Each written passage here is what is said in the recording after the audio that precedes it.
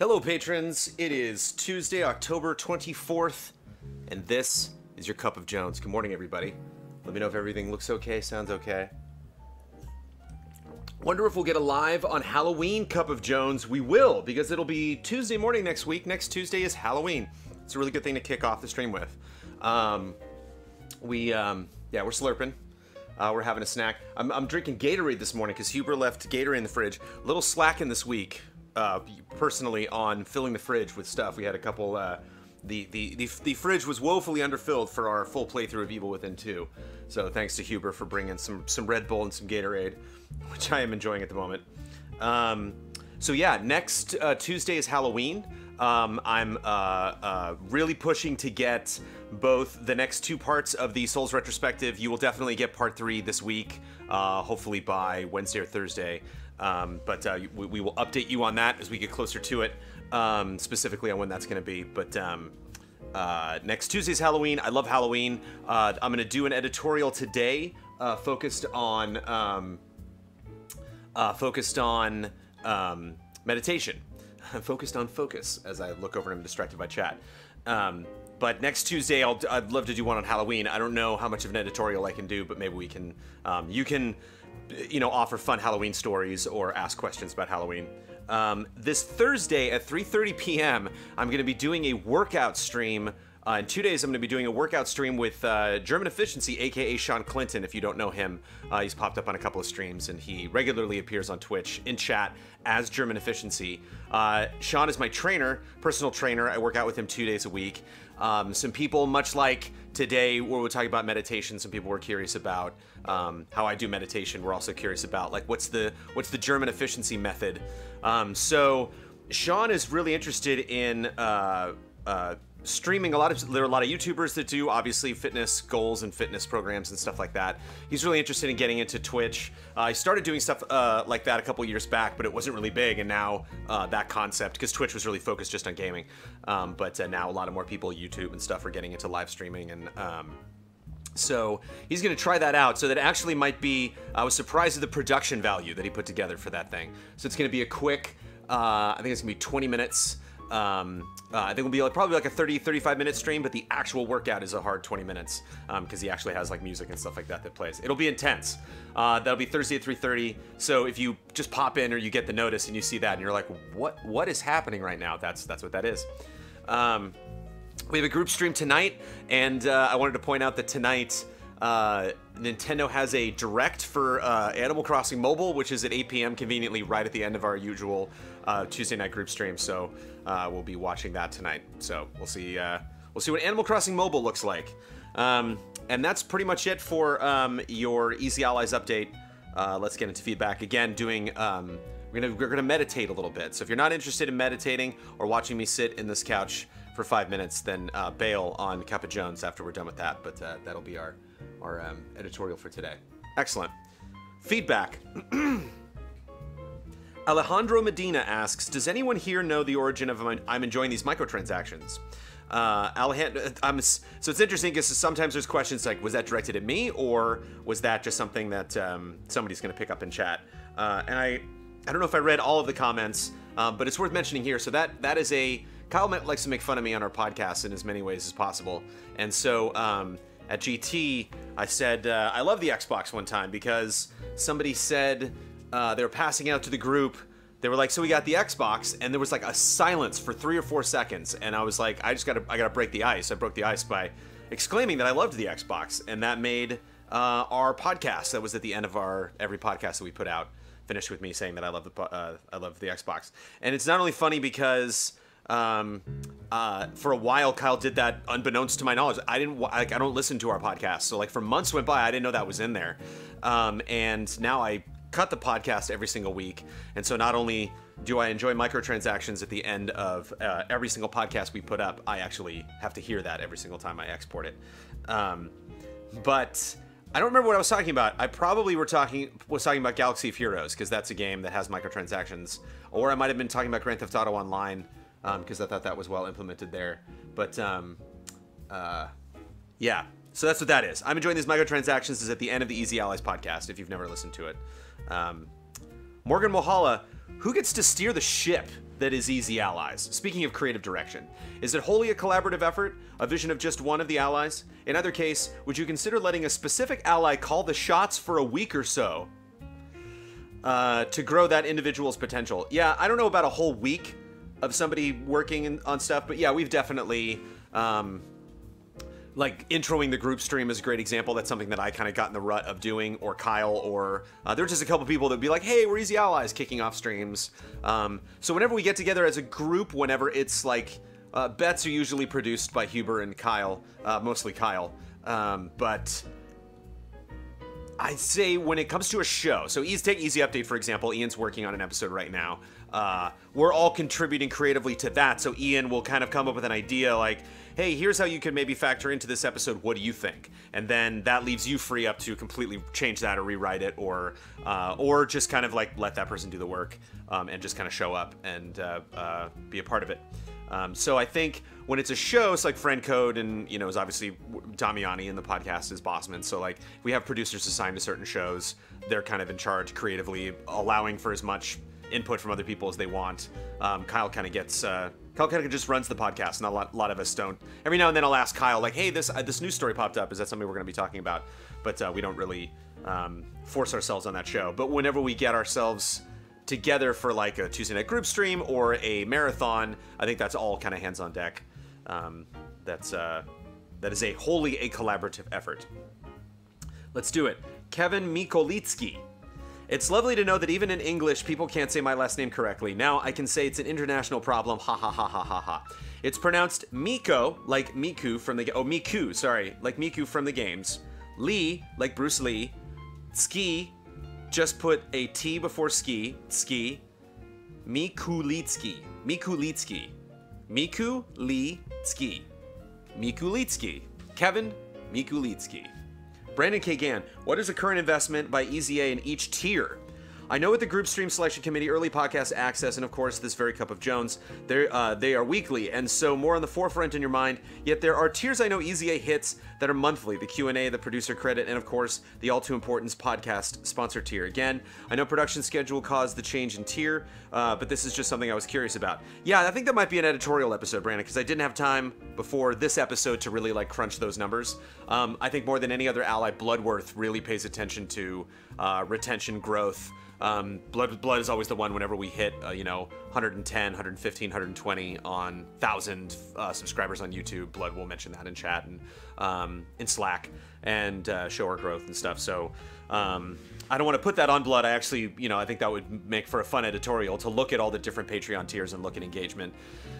Because I know, and I think somebody actually asked a question here, like, I think one of the things that is tricky to sense is just because someone's at a tier doesn't necessarily mean they care about that tier, doesn't necessarily mean they're donating that money to Easy Allies because they want to be at that tier. That just might be their where they're at, and so financially, it's like I can just afford $50 a month, and so I'm gonna drop that in. Like, I don't need to be a part of the thing that's at $50. That's just my tier. So I think one of the things we learned very, very early on was that that's kind of where the $2 tier came from, is that, like, to some people that's irrelevant. They're like, I mean, I'm paying so much more than that, or I don't pay at all, and so it doesn't matter if it's $1 or $2, I'm not going to give you my money. But some people do. Some people, like, they're like, okay, I can't do 5 or 10, but I can do 2. And so that has spoken to why we do a lot of those tiers. And so if we were to check the investment level on certain tiers, if it was higher or lower than our expectations, that might not necessarily impact whether we want to change that tier, update it, or add more tiers around it, because, like I said, the people at that tier aren't necessarily there for the reasons that you might think they are. But yeah, let's get more into that, Brandon. That's good. Eric Estrada, how about a Dragon Quest Builders final stream? There is no final stream of Dragon Quest Builders. Hopefully those streams go on forever. I really like to see what your village looks like now. This is insinuating that I've been, like, working on my village the whole time. All this time since I've been streaming Dragon Quest Builders every day. I've signed in to Dragon Quest Builders and been working on my town. I haven't. One thing that's tempting, terrifying even, is Dragon Quest Builders on Switch. I know Dragon Quest Builders 2 is coming to Switch, and I'll probably play and review it on Switch, but Dragon Quest Builders 1 is also coming to Switch, which would give me a reason to jump back in and play that whole game again, which would be bad. It'd be bad. I don't want to do that. But the Switch is really great. I'm like in the moment of playing 4 games simultaneously on Switch. 3, and the 4th being Mario. Whenever that happens. James Adair, you are now aware that World of Warcraft's in-game Hallows End event has added even more pets. A miniature Naxxramas. I think we've had a miniature Naxxramas. I remember seeing a miniature Naxxramas before. Maybe I'm wrong. Maybe that was a mini Kel'Thuzad. And costumes, and you now want to play it again. I do I? What in-game Halloween events are your favorites? Not spooky games or Halloween-centered games, but normal games that add a seasonal event specific to October. Well, this isn't like a seasonal calendar event because you can play this anytime. You don't have to play it. But I always really liked, and I played it. I streamed it on GT when we had a Halloween stream before. But I love the Halloween part of Bully, which the Rockstar game where you're in school. There's a little bit where the decorations change all over the school, kids. And then there's a specific Halloween segment where different characters at school dress up as in Halloween costumes and go out trick-or-treating. And what's great and what's so good about Bully, and what I bring up all the time whenever I say how special Bully is all of the NPCs in Bully are all real people. And so if you see like the redhead, walking around school, or if you see a specific teacher or a hall monitor or a bully or one of your friends, that's not, again, it's not just like the world generating some random NPC. It's like, no, that's that character. If you take a picture of them, it'll log that person as that picture in your yearbook. It's fun to see like what would that character that I bumped into so many times go as Halloween, and it's neat to see just little fun details there. But yeah, I used to play Final Fantasy XI. I can't remember if they had a Halloween thing, but I used to play a ton of Warcraft, and it was not only fun to do it Halloween, but really it made all sorts of dumb, holidays I wouldn't be excited about. Fun Halloween story. My friend, I was trying to get a Long Strange Trip, which is the expansion where you do all of the which is the achievement. And I don't know how achievements are set up currently in World of Warcraft, but you had to do all of the calendar events throughout the year, complete the calendar event. So if Easter came up, you don't just like participate in Easter, you do everything, every single achievement associated with that Easter thing and get like the Easter achievement. And I had done every single one except Halloween. And so Halloween came up, and I knew all I have to do is get this. I have to just finish Halloween, and then I get this achievement that takes 365 years, and it's called Long Strange Trip. So the one thing that I hadn't done was a PvP related thing, and I hadn't gotten a flag. There's one tangent. There's one PvP zone that's like it's like 2 towers, and it's like purple and cloudy. You're on like an asteroid, and there's 2 towers in the start. There's a place where you start and finish, and then there's 2 towers like across the field from each other at the 50-yard line. And I basically had to get 1 flag from that tower back to my base. And I just couldn't do it. I think I tried for over 4 hours, and I could help my team win, but I couldn't personally be the one to do that flag. Every single time I would get there and get the flag, I'd get no backup, nobody would be around, and I wouldn't be able to do it. So I go to see Fish in concert. And I went to, it wasn't just Fish in concert, it was like one of their, I think it was Fish 8 in Indio, California. And they had this big music festival, and I was gone for like days. And I was like, oh well, there it goes, because I know I'm not going to be around for Halloween. And my friend signed in and was like, I will sign into your account, and I will try to make that happen for you, just that one PvP thing.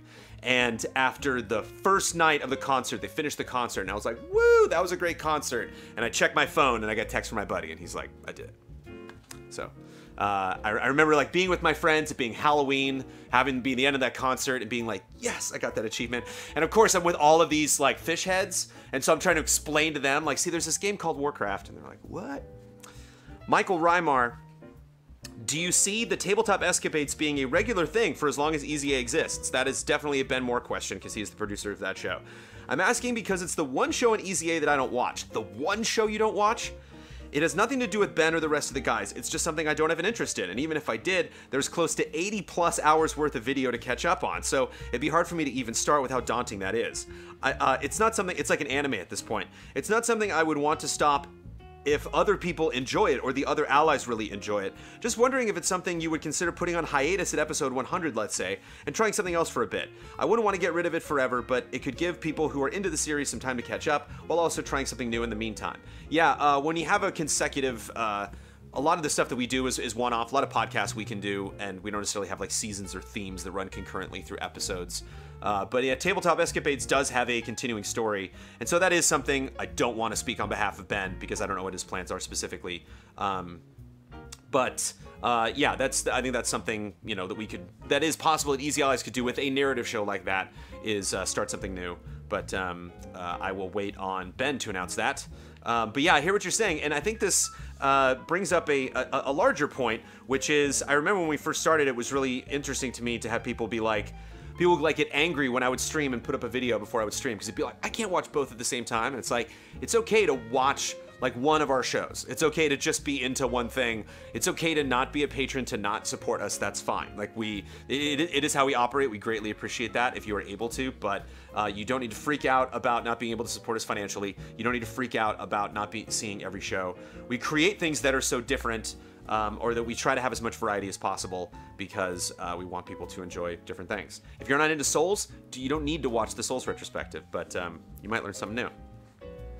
Noah Weinstein wrote a really good post. I actually didn't get a lot of flack, so we're not going to go into it a ton about last week's topic of Beach Beach Splash and the issue of the Group Stream Selection Committee, which went fine last week, which was really great. Everything worked out smoothly, so hopefully that will continue to go smoothly moving forward. But brought up a point that I need to address that I thought was worded really, really well. So I took a couple of comments that Noah made and I combined them a little bit. I don't want to make this debate go on longer than it already has, but I do have some thoughts on PBS I think are important to share. I personally was thankful you didn't play the game and thought the discourse was handled fairly well on your part, and especially responses from people like Ben, but I think your discussion on this Cup of Jones was very much lacking.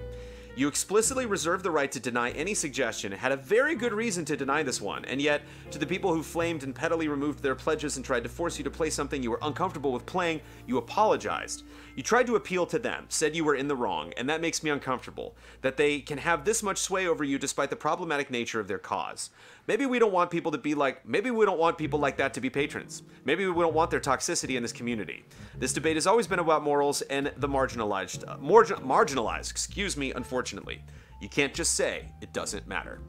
Yeah, I will not say it doesn't matter in the large context of things, and I will not say that it doesn't matter in regards to how we conduct ourselves, how we want our moderators to conduct themselves on chat, whether it's on YouTube or on Twitch, how we conduct ourselves in comments, how we conduct ourselves when we address questions and concerns with our community. If I said it doesn't matter, then that was very poor wording on my part. I think one of the things, Noah, that maybe another mistake that I made, and I think one of the reasons why I didn't want to, it's one thing to address the game and their attachment, people's attachment to it as that suggestion. It's another thing to address people's comments. I have not spent a lot of time, like you were saying, Ben, and especially Bloodworth, have done a lot of time reading comments, also Damiani, and moderating the moderators. For my part, I think a lot of my choice to focus on one aspect of that issue and not really address it as a whole and not really condemn people for content that I thought was inappropriate was because I haven't played that game, and I have not done my research. I did, just based on really periphery, experience with that game and trusting Ben. That's kind of my involvement with that. So I didn't want to. And again, it's not like I need to play that game to know it's wrong. I just wanted to have that information. I want to have that context. There's so many times when I talk about the most trivial things, whether it's live or whether it's on the podcast, people are like, "You don't know what you're talking about," and I'm like, "Yeah, good point. I didn't read that story. I just kind of waited for Kyle to bring that up, and I'm just kind of talking off the dome." And so, for something that important, for something that could potentially go off in so many different directions. And again, everyone was really civil. They were really great responses. Not a lot of questions. I wanted to bring up Noah's because that was a direct criticism, and so I wanted to talk about that. But everybody's just, we have really great patrons. And I think the other thing too is when instances like this come up, it's always an educational process and getting to know each and every patron and what's important to them. I don't think necessarily one of these events defines any one person as a whole. You just kind of have to chart behavior and see once people are at a tier, if you're especially evolving that tier, how that's going to work week to week, month to month, when you actually do the thing that you promised to do. So it's a process, and again, probably one of the most educational processes and educational, I guess, mistakes you can call it, since I've made at the beginning of Easy Allies. So thank you for putting a button on that and letting me know. Oh, the other thing too is I didn't really take notes last week. Like I just kind of was off the cuff a little bit with my comments. And so there were a couple points where I was like, oh yeah, this point right here, we'll get back to that. And I didn't. So I should have taken notes there and I should have hit a couple points in sequence and not just necessarily rambled like I did. Sorry, Noah. Greg Kettering, the new lighting and couch setup is a huge upgrade from what you had before. However, what it's magnified during group streams is the glaring issue of the off-mic dialogue coming from someone sitting at the computer desk. Usually, this is Damiani. In the old setup, this usually wasn't an issue because he was still pretty close to the couch, and open mics that could be heard pretty easy. Now with the new setup, he is farther away, so he can barely be heard. Is it possible to get Damiani a mic, one that he can toggle on-off, so he doesn't, if he doesn't always want it on? Yeah, we've kind of like, you know those like, you know when you're setting up video games or TV or some kind of entertainment setup and you have like you know, you have a surge protector or something, you got a bunch of different plugs, and then you just run out of plugs. And you're like, well, maybe I can move this plug over to that wall. It's kind of where we are. We're capped out. We got 2 mic cables for this mic, which goes in the back, 2 mic cables that go to Damiani. We might have to get a new mixer or something. I don't know. Yeah, that is an issue. And I always like knowing, you know, whether it's camera-wise or lighting-wise or audio-wise, like what the very next issue is that we need to fix. I think you bring up a larger point also, Greg, that's not only just the fact that we need to hear somebody that's sitting in the chair. I'd like to like that area, and I'd like to see that person as well. I'd like to kind of get back to the Ian Hink on GT Time vibe of just having somebody behind the scenes. Because as much as I want all allies to be on camera all the time and just, you know, keep that chemistry going as much as possible, it's nice to have somebody back there. I really see Damiani in his element when he's back controlling things. I want to have someone in the driver's seat piloting, you know, the Millennium Falcon while we're going through hyperspace. So it's nice to have someone in that chair. We need to see them. We need to hear them. Yeah, so we need to do that. Turbo Chicken Man, a suggestion about the audio during group streams, back to audio. Might it be possible to dedicate one ally to real-time sound balancing like Ian used to do on GT Time? Yeah, that is... Right now, it's basically entirely on a volunteer basis. Like, I don't want to seatbelt someone into that chair after the fact. Like, when we first started out, we were like, hey, group streams, we're all just going to get together and play. And so it'd be weird to be like, well, we're going to change up the rules. Ian, you're fired. Get off camera. Or go sit in the corner, put your dunce cap on. VG Junkie. But yeah, we need to get that'll be an intern or production assistant or somebody down the road. Fingers crossed. VG Junkie, I don't know if I'm alone here, but I'm a huge fan of Tron Legacy due to the atmosphere, setting, and primarily Daft Punk's stellar soundtrack. How did you feel about Tron Legacy, and how do you feel about Disney shelving the sequel? How do I feel about Disney not doing something I want them to do? I mean, I've gotten used to that. I loved Tron Legacy. I like Tron Legacy despite all of its faults. Tron Legacy kind of blew me away, actually. Tron Legacy was not... Tron Legacy is a silly film. Tron Legacy has a very, very campy ending. The last 30 seconds of Tron Legacy are bad. Not in that, like, what happens in the story, but just kind of like, it's just the cheese. It's just like, oh, it's a 6 cheese pizza at the end of Tron Legacy. And the Michael Sheen, who plays the club owner, like, little over the top. I'm trying to think of, but I think one of my favorite moments in Tron Legacy is when Rinsler first comes up to the kid. I can't even remember their last name.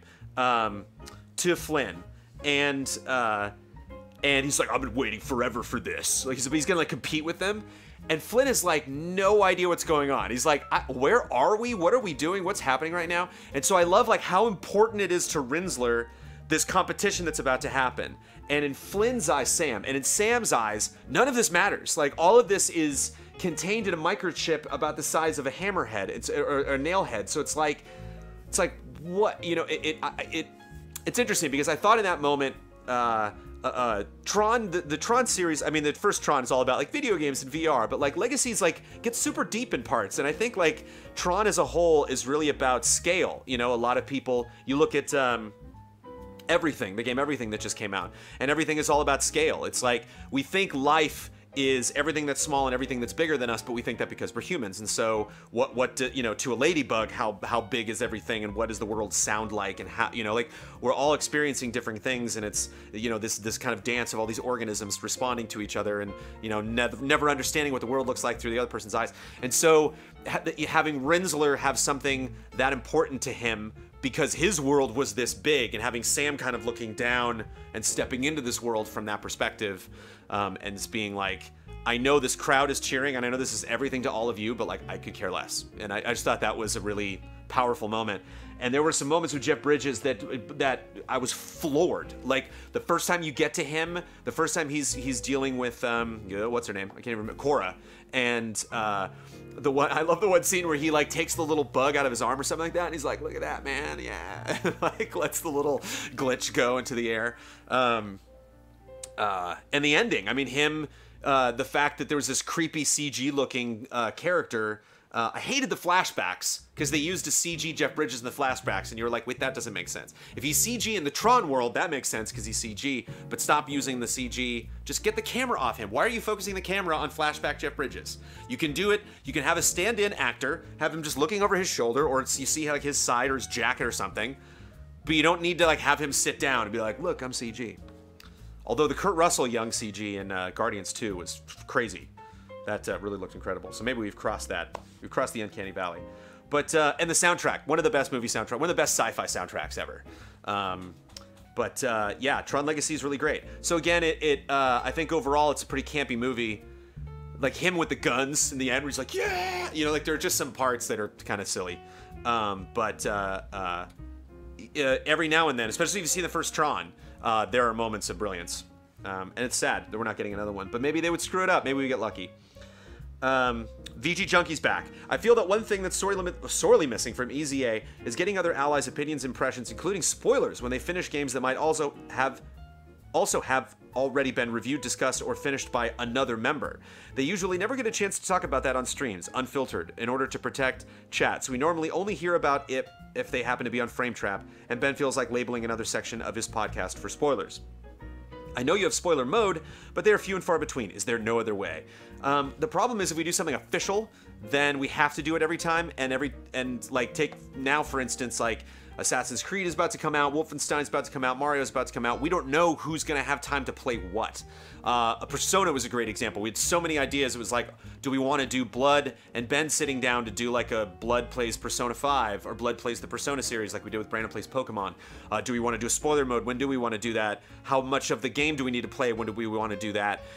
If like Huber wants to be a part of that, how important is it for Huber to stop what he's doing right now and finish Persona so we can get that made? And so I think like every time we deal with spoiler talk or every time we deal with like, did you see it? Did you see it? Like Star Wars is a great example. We know we're going to do a spoiler mode on Star Wars. Like Brad and I are going to sit down with whoever else wants to show up and really get into that crazy movie when that comes out. I'm sure Huber is going to want to be there. That'll be a full table talking about Star Wars. So like we know coming up, and like Blade Runner is one that like, oh, we weren't really sure, and now that it's really good, and now that the boys have something to talk about, it's kind of like after the fact, hindsight's 2020, and we're just finding ourselves with a crazy schedule at the end of the month. A lot of people also mention, I should have brought this up at the top, a lot of people mention and bring up every year we should be a part of the Extra Life campaign. I love Kinda Funny and everybody else's work that they do with Extra Life. October's just insane. We have people going on vacation. We have lots of projects. I had a couple family issues this month.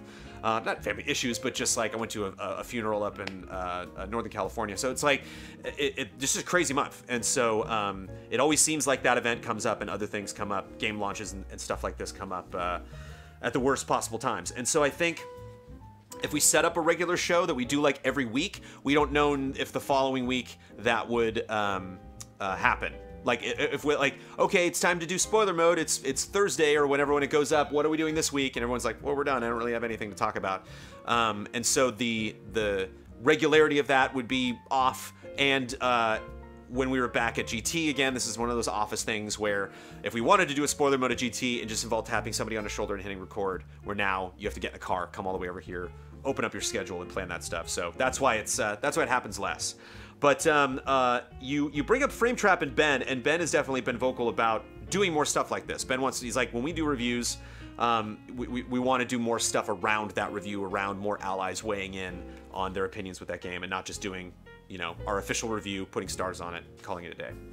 We talked about that a little bit last week. Max versus the game. With the success of Game Center CX, Retro Game Master in the US, have you considered a similar show where an ally must complete challenges in a game or try to beat a hard game like Ninja Gaiden, Ghosts and Goblins, or Battletoads? I think this kind of show would suit your streams really well, especially with Damiani. And you could even add a patron tier for us to vote for the game to beat. That would be cool. Some people brought up points in previous episodes recently about that we need to get Huber in a suit hosting a game show, and maybe that's it. But maybe that could be the beginning of something that evolves into a game show. And I do like the idea of other tiers that people can vote on. The blue Gatorade is the best. Joseph LaRussa. LaRussa. The Japan comment regarding Amanda was intriguing. How did you meet her? I met Amanda through my brother. I went to my brother's birthday party in July of 2003, I think. And, no, 2002? And Amanda was there, and Amanda saw me and was like, hey, who's that? And then asked my brother's girlfriend, Jenny, who I just went up to Northern California to hang out with, actually. And Jenny was dating my brother, and she was like, oh, that's Chris's brother. And then she told Chris, and she was like, hey, Amanda's interested in your brother. They should hang out. My brother's like, okay, cool. And then my brother didn't tell me because he thought I was dating somebody else. And so we went on a family trip to Japan and China, and we're hanging out in our room, and I'm putting my shoes away in the closet, and my brother's like, are you still dating Aaron? I was like, no, I was seeing a couple people this year, but just kind of on and off, nothing serious. And he's like, oh, well, I bring it up because there's this gal that I'm in a theater company with that's really cute. And he described her, and he said she is really cute when she dribbles a basketball. I guess my brother was playing basketball one time, so my brother's a big basketball fan. And he passed her the ball, and she just like jumped up and down, swatting the ball on the ground and cracked everybody up. And I was like, she sounds cute. And he's like, she really likes Harry Potter. So take her to go see Chamber of Secrets, which just came out, home run. And we did. And she lied. She said it was only her second time watching it, but it was like her third or fourth. She's like, I didn't want you to think I was too big of a nerd. And it's like, yeah, that would have been a huge turn. Your third time seeing Harry Potter? I'm out. Michael Piers Ramos. Love almost all of your shows, which this is great, including Friend Code, although I never had a Nintendo console except for the Wii U. Have you ever thought to have shows dedicated to other companies like Sega or PlayStation, for instance? Yeah, we kind of have a lid on doing more podcasts right now because we're so podcast focused, and we want to focus on more things right now, like doing Cup of Jones every week and doing BoxPeak and getting reviews done, retro, special features, stuff like that. Yeah, I would never want to force something like that. I mean, Friend Code was Damiani's idea, and as Damiani produced 100%. And so Damiani's like, I want to do this, and he did it. And so I think it would have to be like me being like, I love Rockstar games so much, and then doing a Rockstar show. Yeah, I don't think that's outside of the realm of possibility. It just hasn't happened yet because none of the other allies are interested in really focusing on a specific company for a podcast, and we're also not doing more podcasts yet. Christopher McClung, after the studios obtained, what is next? The classic question for Cup of Jones. Does EZA desire to have employees, office personnel, and a marketing team? Does EZA desire to be self-funded and not... I feel like I'm getting sold something. Does EZA desire to be self-funded and not need Patreon? How is that accomplished? What would happen if an ally moved elsewhere, and would EZA hire for new talent? I think an ally can move elsewhere and still work for us. It would be tough if I moved elsewhere because we shoot here, but I think we could totally... I think somebody moving somewhere doesn't necessarily mean they're not an ally anymore. Does EZA desire to be self-funded and not need Patreon? Yeah, all of this stuff. But again, it's Easy Allies has to exist in a period of conforming itself to its support level. So we are our funding, and so it's not like so even if we dropped back down to 10K, which would be scary, but I wouldn't consider it a failure. I would consider it, that we're moving more towards a realistic goal of what we should be. We'll get to this in a little bit because somebody has specifically asked a question about it, but like stuff changes, sites close, you know, like Escapist is talking about shutting down the, from what I hear, like ramblings on Twitter, NeoGAF obviously had a very strange week going in the dark. And so communities shift and stuff happens in this industry that, like, you know, the YouTube monetization changing so much this year, and things that affected game trailers over the year, and we'd see our numbers plummet. There's nothing we could do. You know, we'd just basically sit and watch the ship sink. And so sometimes some things you have power over, some things you don't. And so we are doing what we can to increase our reach and to make our patrons happy, but also focus on the future. But at the same time, we have a desire for all of these things. But when you say what is next, the desire is always to move forward, but understand that we are what we are, and so we there has to be a moment of, I wouldn't say relaxation or complacency, but like there has to be a little bit of comfort. Like we want to enjoy ourselves. Like, when we're hanging out on group streams, like I don't want to like yell at you and be like, give us money. You know, it's like I want to be like, hey, I want to focus more like, hey, look at the amazing stuff that we're able to produce. Look at what we're able to do, given the support and given everybody's involvement. Not like, we're not in a studio now. We're all pretty sad about it. We're not. We have great jobs and we love what we do. And so everything is fantastic. So what is next? Our group stream, 6 p.m. tonight. Check it out. Fluffhead108. You've mentioned possibly doing a best 100 games of all time list a few times now. I should stop mentioning it. I'm curious how you feel about the seemingly never-ending discussion over whether whether classic games should inherently be ranked higher due to the fact that they are, almost out of necessity, more influential than recent games. It is fairly common to see Super Mario Bros. Ranked in the top 3 and even number 1 of such lists, even though comparatively a few people would argue that Super Mario Bros. Is a better game than Super Mario Bros. 3. Wrong.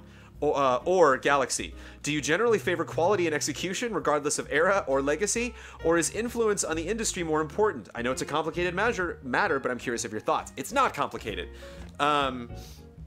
So how it works, so you have to think about, like you have to look at a chart for video games, and it's kind of like when we used to do points, and I remember having to explain this to people. And I know it didn't make sense because I'm not a mathematician. I couldn't explain it, you know, through math. But back at Game Trailers, and even well before Game Trailers shut down, we used to do compartmentalized reviews. So story would be it's specifically its own section to be labeled and scored as such. And so when you were doing a review, you had to figure out, is the music worth scoring, is the story worth scoring, the gameplay and design.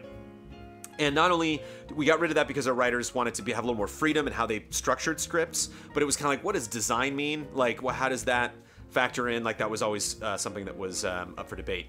But when we gave out the scores, so if something like gameplay got an 8.8 and story got an 8.6 and something else got an 8.4, and then you see the review and it's like 8.8, you're like, wait a minute, that's not the math. It would be 8.6 if you were like average all of those out. Well, basically what we were saying is, if you listen to the review and you listen to us saying, like, the story is the best thing about the game. So even though the story got a specific score, obviously the story is what was the most valuable thing in that game. It was the thing that did the most work toward making this an amazing experience. And so when you look at a game when you're considering the top 100 games of all time, you have to look at multiple categories and figure out how much, like, graphics. Super Mario Bros. 3 is a very pretty game in terms of how well it looks on the system. I think Super Mario Bros. 3 was created like for some other weird console that was not the Nintendo. Like, it just seemed like it didn't need, I don't know, it just made more out of that system than any other game that I played on the old school NES. And so graphically, I think it was very impressive in that regard. You've something like, you know, Witcher 3, and obviously graphics, because we've come so far, and frankly more work and more people and more effort and more artistic influence was required to realize that world than was Super Mario Bros. 3. It just gets more points, you know? So graphics is just higher, and you're like, well, that's not fair. Like, for Super Mario Bros. 3, it couldn't have better graphics. So you have to average that in relation to its graphical potential and its graphical score in terms of how tough it was to produce for the console. I disagree. I think it can only get so far because it is what it is. If you have something like a Portal, or like something that The style is timeless. Something like the original World of Warcraft, where like even now you could go back and appreciate it. It's kind of its own thing. I think Super Mario Bros. 3 is still definitely a product of the system. It has really good design, but the tech was just very, very, very early gaming tech. Where as far as right now, you go back and look at Witcher 3, it still looks pretty damn good. You go back and look at Horizon, like these are like the prettiest, Uncharted 4. These are the prettiest console games. But you have the relevance list. So then the relevance is a totally separate thing. So that's like Super Mario Bros. 3 was incredibly important in the series. Super Mario Bros. 1, even more so. That relevance meter is much higher for Super Mario Bros. 1 than Super Mario Bros. 3. It was much more impressive to make Super Mario Bros. 1 than it was 3, because 3 was built on the foundation that 1 had established. So the whole relevance argument of like, well, what do you say versus new games, old games? It's this whole separate thing. So like, Anthem has zero relevance. Not relevance is a bad word. Anthem has zero nostalgia. It's impossible to be nostalgic about Anthem. Or any game, or Horizon, or some game you just came out this year. But you can be nostalgic about those old games. You can't have that nostalgia meter. It's a completely separate thing. And so if you look at a game for top 100, and the relevance meter, the nostalgia is just through the roof. Like, woo, there's so much nostalgia there. Nostalgia is so big. But like graphics are like, meh, and gameplay's like, it's pretty good. Then it's like, okay, are we gonna give it to that game just purely on nostalgia? And so I think when you separate it that way, you start to weed out the games that we only really talk about this game because it's great. If those other meters are going up. Sorry, tangent, but hopefully that explains that. But I'm getting into it because I think about that a lot, and we were going to do the top 100 games of all time at Game Trailers, and then they shut it down. And so I had this all figured out, this whole argument about how we were going to do this stuff, and my picks for the best games. Which is why, maybe that's another editorial that I'll do one of these days, but it's why Ocarina of Time is the best game ever, because I think it is perfectly balanced across all of those things. I don't think you go back and play Ocarina of Time now and go, what is this weird game? The Hashtagonist. Did you ever end up watching the new Beauty and the Beast? You were pretty salty about it before it came out, and I'm curious to see if you've watched it, and yet now that it is on Netflix for free... it's not for free, but I mean, it is for free because I always have Netflix. I wonder if like the Hashtagonist has this list of things that'll piss me off, and he's just like, oh, I think it's time for a Jones rant. We got a good Jones rant on the podcast last week. Let's get a new Jones rant about Beauty and the Beast. No, I didn't like Beauty and the Beast. Let me focus on what I liked. How about that? Let me try to keep this positive for all the kids at home. I liked parts of Gaston. Parts. There were a couple lines of Gaston that I was like, oh, that's fun. That's different from the film. There's a fun little screw that they twist at the end where they make the end even sadder than the original animated movie, where they drag out the supposed, I mean, you know how it's going to end. It's a Disney film. It's going to have a happy ending, but they really drag out the like, no, it's kind of like James Brown when they put the coat on him and he's going off stage. Like they really, really, really, make you suffer at the end of it. And I thought that was clever, and that was an interesting take. I thought Cogsworth was the cutest damn thing I've ever seen in my entire life. I didn't like Ian McKellen because he was Ian McKellen. When you see sorry, it's like you see the movie and it's like, oh, what an interesting character they created for Cogsworth, and then you see the live action and it's like, oh, they cast Ian McKellen. That's fun. I liked Josh Gad, although I thought he was going for laughs more than actually like creating a character in parts. But Josh Gad is just such an endearing person. Didn't like Belle. Didn't like Beast. Hated Lumiere. I've seen Beauty and the Beast I've seen The Touring Company and Beauty and the Beast on Broadway, and I've seen that film a billion times. I've actually seen a community theater do Beauty and the Beast.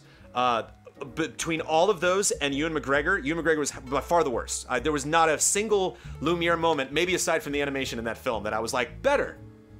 Back to the things I liked. I mean, it was beautiful, and hated the prologue. I don't know why. The movie, like in the animated movie, they're like, oh, well, the prince, You know, he was just misunderstood. You know, the prince. I mean, he had to be there at this when this witch showed up, because the prince was just he was just in his head, and he made a mistake. You know, and now he's regretting it. You know, and all the people around him are suffering for it. But the prince, you know, he just made a mistake. So he's just got to go back on that mistake, and that's fine. And the live action movie's like, nope, he's actually not a nice person at all. We're gonna make a prologue scene to show you that he's actually a terrible, terrible person. And that when Belle finally hooks up with him in the end, like, part of you is kind of like, I don't know, Belle. It's not that was just raised wrong. He's actually not a nice guy at all. Oh boy. But yeah, maybe we'll do an editorial just on Beauty and the Beast. I can't wait to see the see, like, Hashtagonist has that Mary Poppins rant just ready to go. Watch in a couple months when Mary Poppins comes out, he's gonna be like, hey, you see Mary Poppins? And be like, Alexander Ziranov, did you finish building your Lego Disney Castle? If not, are you planning to stream it? Yeah. No, yes. I have not finished it. Yes, I am. I am not going to put one more brick into that castle if it is not live on twitch.tv/EasyAllies. But I can't promise when that's going to be because I'm working on Souls right now. Christoph Laurie, to receive Patreon money, EZA clear... Oh, this chat just like... Whew. Yeah, it like... It's just... A Scottish guy is a French candlestick. To receive Patreon money, EZA clearly employs two strategies, one being allowing exclusive interaction for patrons with EZA staff, the other being shows being made when monthly money tiers are reached. What I wonder is, do you have data or even a guess at what drives your Patreon money more? In my case, for example, I barely care about my $10 tier privileges, see?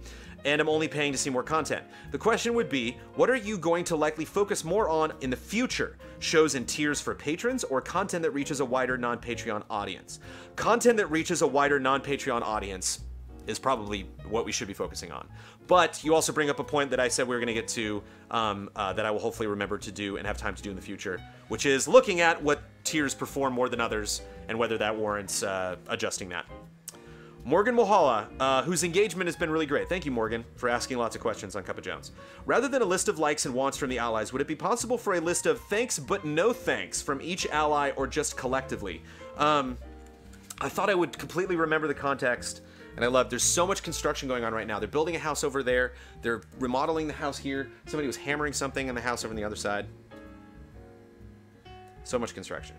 Because I think there was a concern over what, I think Morgan was about to send a package, and we had mentioned that we didn't want any, we made an official decision not to eat any homegrown stuff, because if you send us something that's not like in official packaging, then like, I hope that's not poison, tasty muffins, and like, we trust you, we love our community, we just want to play it safe. So, yeah, no homemade stuff. But that should be somewhere. Like, there should be somewhere on our site that's like about us, or if you want to send us stuff, we should have a disclaimer there on stuff that we cannot accept. So thank you, Morgan. That is something we need to do. Kian Jerome, are you more comfortable now in your position now at EZA than you were at this far in at GT? Sure, maybe. Yeah, it's interesting. I would say I was more comfortable at Game Trailers because the responsibility of keeping the company alive wasn't really on me at this point, like 2 years in. I think this was right before at Game Trailers we had been acquired by MTV, and so I had a boss, basically. I had somebody who was taking care of a lot of the business stuff. So I felt a little more comfortable because that was being taken care of. I think I'm happier day by day at Easy Allies than I was back then, because I was also kind of stressed out at Game Trailers because I was working really hard.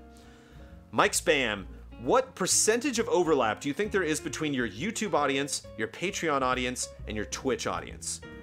Overlap? Maybe that's another editorial. Our YouTube audience is the biggest. We have over almost 7,000 patrons, but we have almost 130,000 subscribers on YouTube. So our YouTube audience is pretty big. Our Twitch audience, I actually do not know the current sub level on Twitch. Chat's probably going to tell me, but I'm going to move past it. I would say there's the biggest probably overlap between YouTube and everything else. I think there might potentially be the smallest overlap between Twitch and the other things. With Patreon being right in the middle there. Yeah, but YouTube obviously I think if you're a patron of ours and you're on Twitch watching us, chances are you're also on YouTube. But if you're on Twitch watching us, you might not be on Patreon. And if you're on Patreon and watch our shows on YouTube, you might not be into Twitch.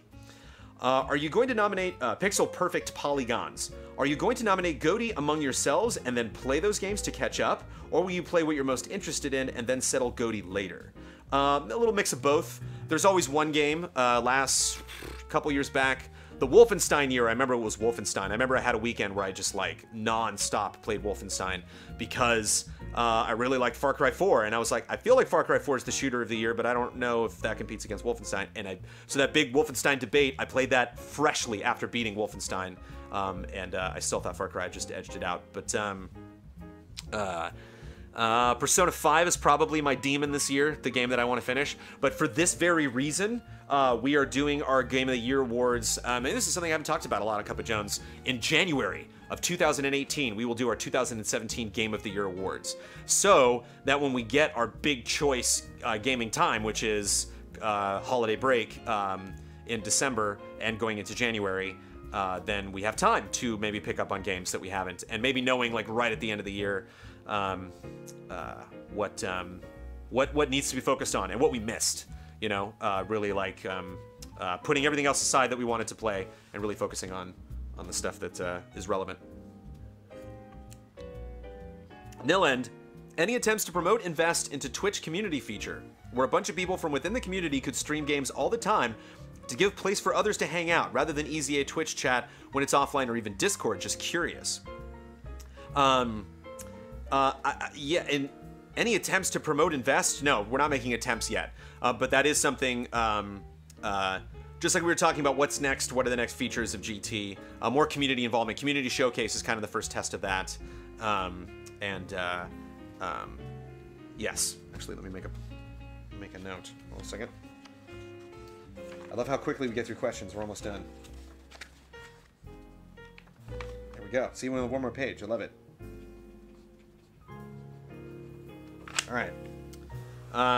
But yeah, I have thought about that idea. I have thought about the concept of Easy Allies as a channel. You know, like meaning like an actual like 24/7 channel. Like we're someone streaming something all the time. I think we need to establish ourselves more as a brand before we can do something like that. I think the main fear or the main concern is that if you have people that don't know Easy Allies and are coming into Easy Allies, and there's so many people making content and so much stuff going on, that it can be tough to kind of figure out like who's running this, like who am I actually focusing on here. And so you know, it kind of sounds like an ego push, but like we would want to make sure that the stuff that we're doing is front and center, but still allowing people to come in and produce their own stuff. Yeah, I have a ton of creative friends in Los Angeles. I have a lot of people working on a lot of cool stuff. There's a lot of people that I would love to give money to do cool stuff for you, to be like, hey, these people are really cool. Watch this art they make. It's always a little nerve-wracking bringing new people in. Fiasconauts and Easy Update have been really good channels to do that. The group stream guest star appearance every now and then is also a good opportunity to introduce you to someone and kind of gauge. Like I brought up German Efficiency. Like that was somebody I was like, is our audience going to be into me talking about fitness? You know, are they going to be into me watching fitness? I don't know. We'll find out Thursday at 3:30. But are they going to be into Sean? You know, Sean likes to do streaming too. So can we have people on that are also working on other things without people starting to kind of be curious that we're blurring the lines between like, are they promoting them, or are they making money off this person? What's this relationship here specifically? So it's something that we don't want to do just like, you know, flick a switch and start doing, but we are slowly starting to experiment with that. Because that does sound like a pretty dope future, like going to twitch.tv/EasyAllies. It's always on. There's always something to watch. Whether that's because a lot of people are, you know, I don't know the actual name of the site or the URL link off the top of my head, but our community goes and watches old game trailers and Easy Allies stuff and chats there when we're not online. And so it'd be great to provide that for our audience and give them a place to go when we're not around. Odin J. You mentioned a few months back that one of your goals was to teach the other allies editing. I think you were talking about Ben and Huber. Has there been any progress on that front yet? Huber works with Don really closely, so Don helps Huber a lot with production. Huber has done a bit of editing. I've worked with Ben not because I've actually taken the time to schedule with Ben, but because sometimes Ben will edit here when he's done with the show. So he'll finish something here, and then it's just quicker to load it up on our PC to upload it from there. And sometimes Ben will be working on something and be like, Jones, how do you do this? Or I'm having this issue. And so I've been able to help him through that. But again, those aren't like officially set up, so I can't take credit for the great work that Ben has been doing. So I'm not going to say that Ben has been doing more editing than Huber, because I have not been involved in a lot of the shows that Huber has been producing on a post-production level. But I have definitely noticed from Ben a more direct involvement in editing his own stuff, which is great. And he's working on podcasty stuff, and so it's a great thing to get comfortable with the boring processes of like bringing the stuff in, making sure that everything lines up and sounds good, and then spitting it out before getting into previews and interviews with B-roll and stuff like that. So yeah, way to go, Ben. Classy lunatic. Google autocomplete shows Easy Allies as the second option if I type in EASY space AL into the search bar. Do you think you can ever overtake Easy Alfredo sauce for the #1 spot? Alfredo sauce is actually my favorite pasta sauce, so Alfredo, you can take it for now. Talix Rune, before it was negated from the group stream, did anyone at Easy Allies actually play Senran Kagura Peach Beach Splash to determine if it was actually inappropriate? That was one question, and then later on they mentioned, Talix mentions, I do rather specifically remember Dead or Alive 3 Extreme 3 being streamed, and it was not even released here. I'm guessing you mean in the US. Yeah, Ben played it, and I think some other allies were familiar with it, had done, again, a little more research watching trailers and stuff like that. Dead or Alive Extreme 3, we definitely did stream, and is a good example of, based on the mood in the room when we streamed Dead or Alive, and kind of the sentiments afterwards, with us just kind of being like, how do we feel doing that? How did that go? What was that show like? And we do that every time. After every group stream, when the cameras go off, we look around and we're like, how was that? Did that work? And so that's how, we all kind of have a common knowledge of those games that make for good group streams. Yeah, so a lot of people brought that up. They're like, wait, you're not gonna stream Peach Bleach and you streamed Dead or Alive? We didn't stream Peach Bleach largely because we streamed Dead or Alive. Stefan Bean, this month is already the best month for new YouTube subscribers since June of 2016, which was the month with the first E3 coverage by Easy Allies. October is also already on track to be one of the months with the most views outside of E3 months. Did you start promotion, or is Easy Allies very lucky this month? We are very lucky because, and actually Bloodworth, I should have done my research on this. Bloodworth has been talking, and Damiani have been talking about it a lot in chat. A lot has changed within YouTube about how they promote stuff, about how just organically our links are showing up in front of more people, and how just how YouTube is structured and how our content is seen on the website has changed. And I think this is representative of a lot of things changing. We're being accepted to a lot more things this year. We're going to some review events this year we didn't go to last year. We're being accepted into places that Game Trailers was also a part of, but we were not a part of last year because we were new. And so as time goes on, as people move, PR companies or move between companies, or people bring in more people, boy, they are just sawing non-stop. At events like PAX and Comic-Con and E3, the more they start to look like, oh, Easy Allies, yeah, I remember them. And so I think that's just kind of happening with social media and happening with Twitch and YouTube, where a lot of our stuff is constantly being seen by new eyeballs, and so we're getting more and more known. So yeah, so YouTube started the promotion, and yes, we are very lucky this month. The Banana Forklift Killer, if you and the Allies suddenly reached the goal of the studio office and had a very large regular budget to spend on whatever you wanted, what would you like to spend the money on? Would you spend money on an exact replica of the garage inside a studio? No. Although Kind of Funny did that at Kind of Funny Live 1. I love that they brought in like their set. What I'd like to spend the money on? Finishing Box Peak, and I'd put maybe a little bit more money in that to speed up production on that. And kind of what we were talking about earlier, doing more interesting stuff with live. Bringing in more producers to handle that stuff so we could do more interesting stuff on camera. I'd buy another one of these cameras so we could have a second camera. So if we do like the podcasts and stuff like that, that we're switching cameras. I don't think we necessarily needed like a TriCaster or something serious for that. But yeah, the replica of the garage, I'm not No, it's got to look different. You got to tune in to Easy Allies one day and, oh my goodness, it's changed. Dominic Barlow, what effect does NeoGAF going dark have on your side of things? Only one question about NeoGAF right here at the end. Just curious, since it's brought up a lot on Easy A streams and podcasts. What effect does NeoGAF? I mean, like I was saying, obviously when there's shifts like this in like the big gaming community, it affects us because this might be a good opportunity for people to find out about us. We had some people reach out and they were like, which I wouldn't feel comfortable doing. They were like, you should make a big public statement telling everyone at NeoGAF to go to the Easy Allies forums. And I never want to make big declarative statements about that concerning giant communities without doing research and really kind of knowing what I'm getting myself into. For good reasons, for bad reasons, that's not, reflecting anything on NeoGAF. I honestly never really spent a lot of time on NeoGAF. I signed up for NeoGAF a long time ago and had a silly username that I didn't like, and so I wanted to get that changed, and I tried to get that changed a bunch of times and never could. And so I was always like, oh, I should clarify that on NeoGAF as the, founder and head of Game Trailers, and was always like, oh wait, my name is Dark Slider. I don't know what Dark Slider. And people are like, what? You're the head of Game Trailers? Your name is Dark Slider? I was like, yeah, can you change it to Trailer Jones at Game Trailers VO? And I would meet people at NeoGAF every now and then that like worked there, and they were like, oh, I can get that set up for you. Email me and I'll change your name. And I was like, okay. And I emailed them and they never emailed me back. But I think it can only affect us positively because, unfortunately, when you have, take Visceral Games being shut down. That's bad for Visceral Games, and that's frustrating for those employees.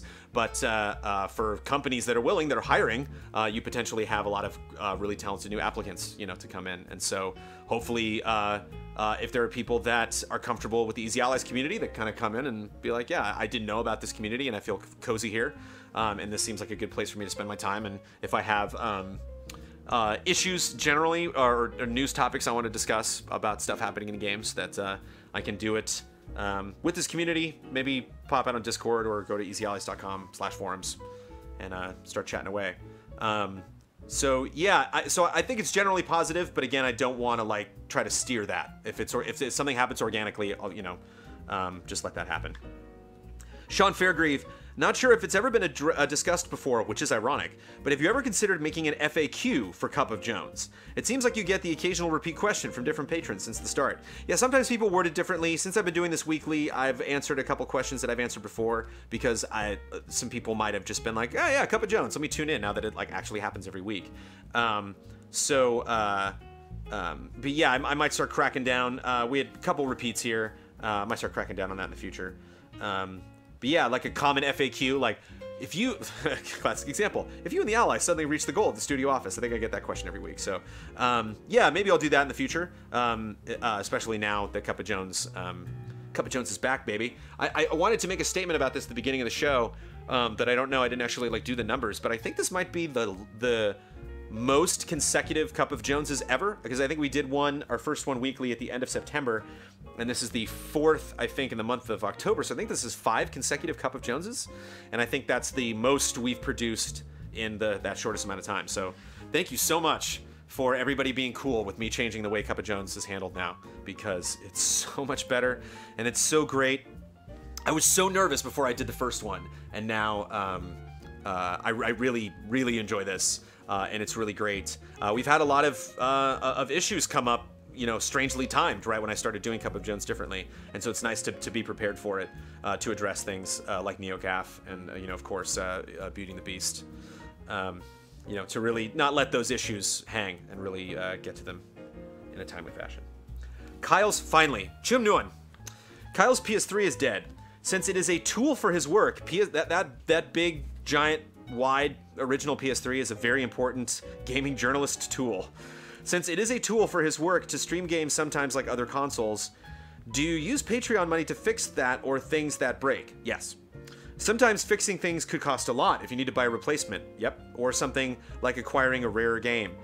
If the price is reasonable to at least lessen the burden, that would be nice. Yeah, we always think about that when we're purchasing something. It's like, okay, could this break? Should we get insurance on it? If we break it, would this be something that we would want to replace? But yeah, we always keep that in mind, which is why we try not to get like the absolute nicest thing. I think one of the purchases that I maybe regret a little bit and was nervous about getting was I bought these super expensive cards for a camera we're not using anymore, because I was just tired of... now we have a bunch of little cards that we use that we interchange for all the different podcasts and shows that we do.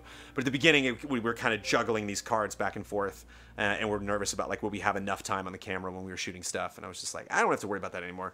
But now I got these really fancy cards for a camera we don't use. So every now and then, yeah, you can kind of get saddled with stuff that you're like, that was really important at the time, but do we need that now? And so when we have things like our backdrop that we use for E3 or curtains that we use for a couple shows, then it's nice to have those things that we can get multiple uses out of.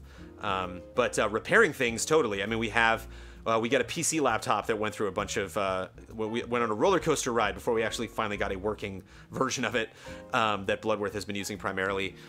We've had things break that we had to replace. We've had things break that we eventually were just like, oh, well, I guess we don't need that thing and don't need to replace it. But yeah, repairing stuff is something that that happens a lot. I also want to address apologies, but I've been a little vague about the community showcase because we're gonna do the actual live stream where I'm gonna sit down with one ally and go through all of the amazing stuff that everybody's created, and that's gonna be the first week of November. That's always gonna be the first week of every month, showcasing the month prior. So the first week of November will showcase the month of October. We have 1 week left in the month of October, and so I'm going to put up the community showcase post today. I know I've said that previously in the past, and outright lied. Complete fabrication. Looked you right in the eyes, and I told you a falsehood. But that was just simply because I got focusing on other things and I forgot. So the community showcase post will be going up today on easyallies.com/Patreon. That will have a little introduction to what the show is, specifically a list of rules and regulations for the content submissions that will go up in every post moving forward. And then if you are at that tier level or above, I believe that is... $10 and above, then you can contribute to the community showcase. Some people were nervous that the community showcase would be not comment friendly. It is very comment friendly. I'm anticipating most of the community showcase to be comments. And keep in mind, this isn't like community comments in the past where it's just gonna be me reading it, maybe putting a little personality in there, sprinkle a little B-roll on top, a little text, call it a day. This could potentially spark a very interesting conversation between myself and chat and whatever ally I drag onto the showcase for its first inaugural episode the first week of November. So we encourage you, please leave comments. Leave comments explaining your content too. If you post a picture or a song or a video or a game or whatever, and you want to explain what the heck it is, then we would definitely love a comment about that. So there we go. Rules and regulations. What's up, Hogue? We got Hogue in chat. So yeah, so that's gonna go up today. Thank you for everybody watching Cup of Jones. I'm going to do some meditation now. So if you're not interested in meditating, now begins the editorial section of Cup of Jones. So if you put this on mute or something and you see me sitting in the chair with my eyes closed, I'm fine. I'm just meditating. But a lot of people, this has resonated with a lot of people, and it's actually been really interesting later in my career to look at people like Will Wheaton and Dan Reichert and Max Scoville and people on that related to games that publicly on social media, the people that I admire, that I look up to, that have talked about their experiences with anxiety and their processes to get through it. And I think one of the things that is scary about entertainment is we put ourselves out there a lot. You know, we put ourselves on camera, we put ourselves up on stage with the mic in our hands, I think a lot of time the skill that comes from that is necessarily this weird mindset that you get in where you're like, I'm super professional and everything I'm saying right now is super interesting. You just get comfortable with it. You get to a point where you're like, no, I actually enjoy being on stage and I actually enjoy working with audiences, and I've kind of overcome those fears because I've gone through that experience, and I can kind of harness and remember like the happy parts and like remind myself like, oh, that's why I do that. Anxiety is a really easy thing to build up. So let's get a little personal, folks. So I discovered anxiety anxiety to me was just a word until like 4 or 5 years ago. And I was having a lot of stress at work. It was about the time before we made the shift to from Viacom to Defy Media. There were a lot of rumblings that Game Trailers was going to shut down. There were rumblings that Game Trailers was going to be sold. I was hearing, you know, I founded the company, and so I had a lot of friends at Game Trailers, a lot of people that I'd worked with for a super long time, and a lot of them were very frank with me about stuff that they had heard. And so I went through like a whole year process of just pins and needles the whole time, being like, is today the day? Like, are we gonna be sold to this other company, or are we gonna get shut down, or what's gonna happen? And a lot of that information I was privy to, like I said, because of friends that I had, or because of business relationships that I had in my tier in the company. And so there were a lot of employees, a lot of people that were just, it was just their 9 to 5, and they were just going to work, and they didn't want to stress about that stuff. And so I would work with them, having that knowledge in the back of my mind the whole time, and either telling them that out of respect, or actually not being able to tell them that because of my job. And so it was very stressful. And I took it out on my cat. I took it out on my dog. I took it out on Amanda. Not, you know, blaming them for it, but I just needed an outlet. You know, I just needed to yell and be frustrated about things. And there was nobody I could really talk to that would understand it, or frankly, that would be interested in hearing me ramble about that stuff for a long period of time. And so I started to develop stomach issues. And I went to doctors, and I was looking up all of this stuff, and I finally was talking to someone, and I was like, God, I don't know what it is. I'm taking antacids, and I'm exercising, and I'm changing my diet, and I'm trying all these things, and I don't know what it is. And they were like, could be stress. And I was like, stress? I'm always stressed. I've been stressed my whole life. Stress rules. You know, I had this attitude about like, bring it on, stress, I'll take you out. You know, kind of like I needed to assert myself more and, you know, run faster, work harder, and then I'd beat stress. And that's like the exact opposite. And that's basically how I eventually came to understanding meditation and working against anxiety and what anxiety is. And so I went to a therapist and started reading some books, and I read a really interesting book called Don't Sweat the Small Stuff, and It's All Small Stuff. And the book really resonated for me because it had like 500 chapters, and they were all like 2 pages long. And so I would just read one, and it would I hated things that like asked me to do an exercise that were like, get up at 6 a.m., then do this, then do this. And it's like, I don't need more to-do lists in my life. I need to I need to apply practical things to the things that I'm already doing. And the book just kind of outlined like weird situations. They're like, has this ever happened to you? And I was like, yeah, it did. And they were like, maybe do this next time that happens.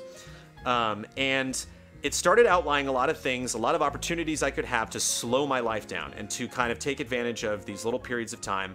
But keep in mind, today we're just going to meditate for 5 minutes. 5 minutes is nothing. 5 minutes is not a long amount of, not a large amount of time considering how much time. And I love that. I should probably turn the mic off because I love we got like the buzzsaw next door. But let me get my my timer going. We'll set it for 5 minutes. So I went to the therapist, and the therapist said something about me, which is how I'm going to start this whole conversation about meditation. Start talking about doing meditation as if you were taking a vitamin. And I remember like my brain kind of exploded when she said that, and I was like, oh, that's what it is. And I think that's a lot of people's frustration when it comes to maybe getting out in nature more, maybe meditating more, maybe exercising more, maybe eating better food, is there's no direct payoff. We live in this society where we're so used to things happening now. And I think we can expect that because that's how our world works. You know, things keep getting faster. Things keep, every time, you know, the OS changes on Apple, it's in the interest now. It's in the interest of how do we get the thing that everyone is always walking to them faster. And we're used to our world being supplied to us that way. And, you know, people go to college to learn how to code things to do that. You look back at old video games and you look at games now, and everything is, you know, all the progressiveness is in speed and how quickly UI, you know, you adapt to it, and speed. And so I thought that was how we solve problems. I was like, I clearly need to just work harder, and that's how I'll solve this. But if you think about doing meditation as a vitamin, you realize that like when you're done with your meditation, sometimes you're not going to feel great right in that moment. It's not going to be, you know, you're not going to like go run on a treadmill and be like, that feels awesome, you know, like. But if you run on a treadmill once a week or a couple times a week, or if you just go out jogging, or if you know, walk your dog more, or if you just start doing these things, you'll notice over a week or a month that it'll get better. that right there, what I just described, sucks. That's like the nature of so many things in life that we want to do, but we don't because we don't get that immediate satisfaction. And so a lot of people are like, tried meditation, didn't work. And it's like, it doesn't for a while. And it's hard to really draw a super connective, bold line between the thing I did and the way I felt. It is kind of a broad calming of the spirit, you know, like it is something that kind of kicks in over a while. And because of that, it sucks, man. It's bull. It's a bummer that, you know, you can't start exercising and get results like 2 days later. Like, it's not something, it's hard for me to even now, working with Sean 2 times a week and getting more muscle and getting more energy, to really think about where I was at like a year and a half ago. Like, I'll do something and Sean's like, you should see what you just did in relation to when we first started working together. And I'm like, huh? And he gets this a lot from their clients. They're like, I don't see it. And he's like, I know you don't see it because you're caught up in whatever you're doing. So our worlds are so minute to minute that it's hard to kind of step back and chart progress when we don't see it in front of us right away. And so, so that's why I want to do this on Cup of Jones, because it is an interesting test. I remember seeing Contact in the theater with Jodie Foster and Matthew McConaughey. In the beginning of Contact, there's a moment where you are going back from planet Earth and you're listening to the radio from years and years past, and you're going backwards in time as you're going farther because you're listening to that signal that we sent out into space, which is still going, which hopefully Cup of Jones is a part of somewhere. There it goes into silence, and it goes into silence for a good 60 seconds, maybe more. I think Ron Howard directed Contact. I can't remember. And I remember being like, "Wow, Ron Howard, that's a bold choice to go a minute of silence." And I remember asking all of my friends that were all like film buffs at the time, and we all saw the movie separately with different film audiences. I'm like, "Did anyone get a quiet audience? Did anyone get an audience that actually stayed quiet that whole time?" None of us did. Every single one of us had at least one person that was like, you know, like, meh, meh, like, because you can't, because there's that uncomfortable, like, oh no, we're all in a room. It's like when you're in the elevator and you're like, oh God, I wish there weren't 5 people in the elevator, and I wish we weren't all trying not to look at each other and staring at the floor and pretending we're not uncomfortable being around everybody. So this is gonna be weird. I'm gonna turn sound off, and we're just gonna hang out. I mean, actually I'll ask chat. Should I turn, Zemeckis, sorry, so not Ron Howard, Zemeckis.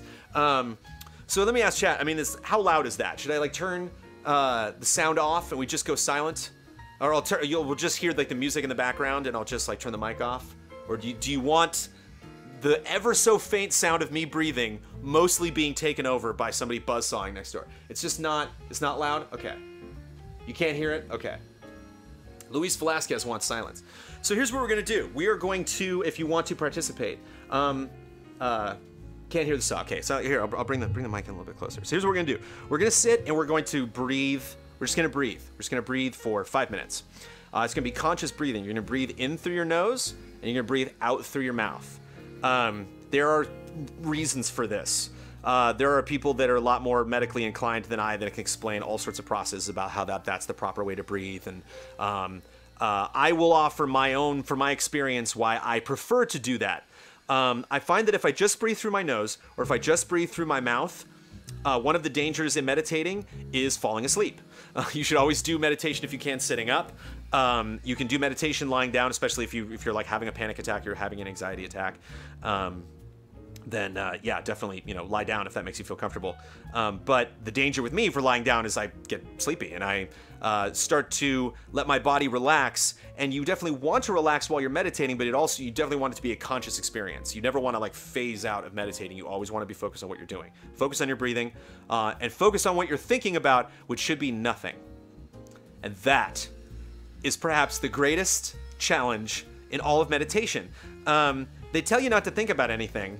And people describe it sometimes, I think, by being like, yeah, I don't think about anything when I meditate. And I that's really hard. I've been meditating for a long time. I think I'm good at it. I feel comfortable while I'm doing it. I can't not think about something for maybe no more than 20 seconds. Where something's just gonna come like, you know, like the Kool-Aid Man. Hey, it's just gonna come tearing through the wall and be like, community showcase in 2 weeks, and be like, you're right, you know, like the Halloween stream, and like, yep, we got to do that. And there's just so many things.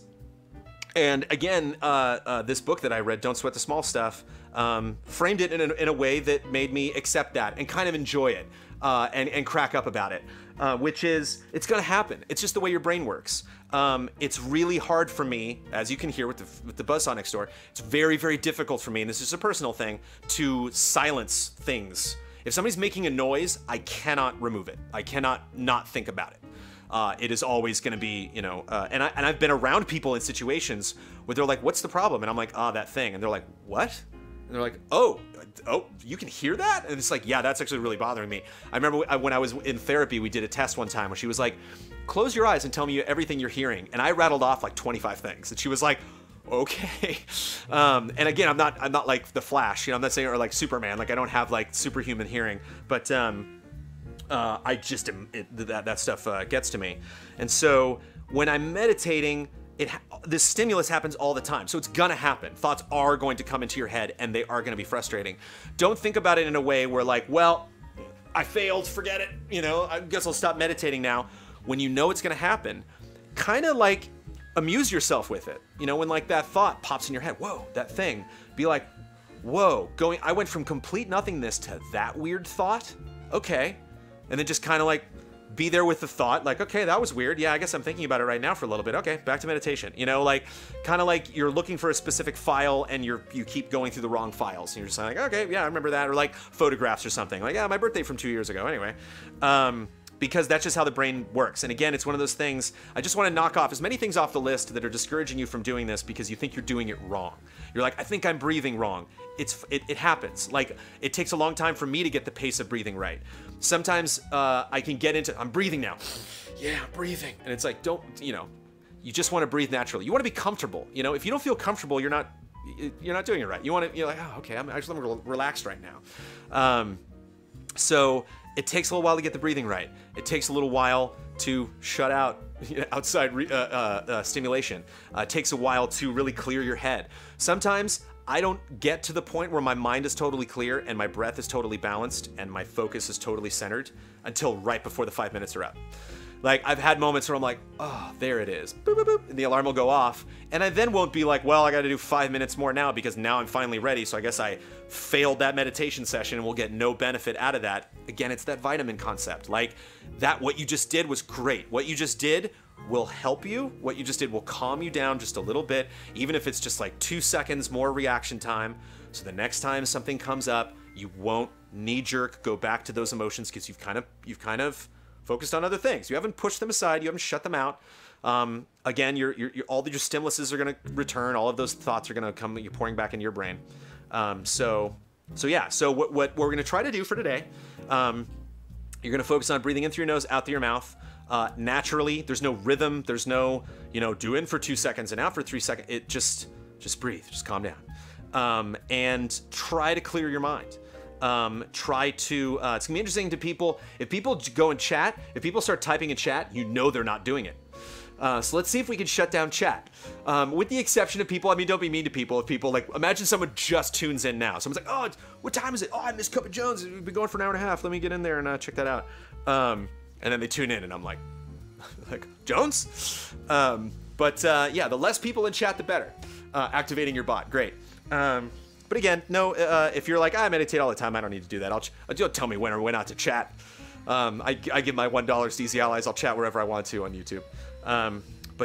Yeah, I can't turn off that drill. I wish I could, but that's a great example of something. There's literally a saw right now going off within earshot, and I'm going to try to meditate. So we cannot be more distracted. So here we go. I wish I could put a counter up on screen. Here, let's change the music. I'll bring it in for the end there. We actually do it. We can do that. Here, that lower third will speak for me. Here we go. 5 minutes, controlled breathing, a careful mindfulness to try to, again, something else that I did early on, which I don't recommend, like, or that, you can do whatever. Again, that's the other thing. If something works for you, do it. If something works for you and makes you relaxed, it's better than not doing anything. There's no, my dad has been trying to get into meditation recently, and he's always asking me, like, it seems like he's really nervous about doing it right. And it's more important that you do it, and then learn what's comfortable for you, and then maybe learn how other people do it later, and then apply those lessons to how you do stuff. But first and foremost, just give it a shot, always.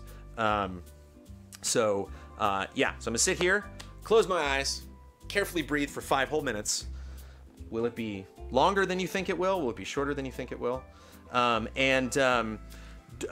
not going to picture someone. I'm not going to be like, I'm picturing myself on a beach, because that's you thinking about something. I remember thinking, like, what if I imagine myself at Disneyland? What if I imagine myself like on a train? Then I'm thinking about going to Disneyland. Then I'm thinking about, I haven't been at Disneyland in a while. Why haven't I been to Disneyland? Should I be at Disneyland more? Am I spending too much money on my annual pass? When was the last time I went to Disneyland? How many times am I going to go in October? I should go before Christmas. When does my need to have my pass renewed? You know, it's like, just stop. Like that's like the wheel you're trying to slow down, or at least just kind of mute for 5 minutes. Yeah, I'm stalling. Meditation right now. Are we ready? Okay, here we go. 5 minutes. Starting now.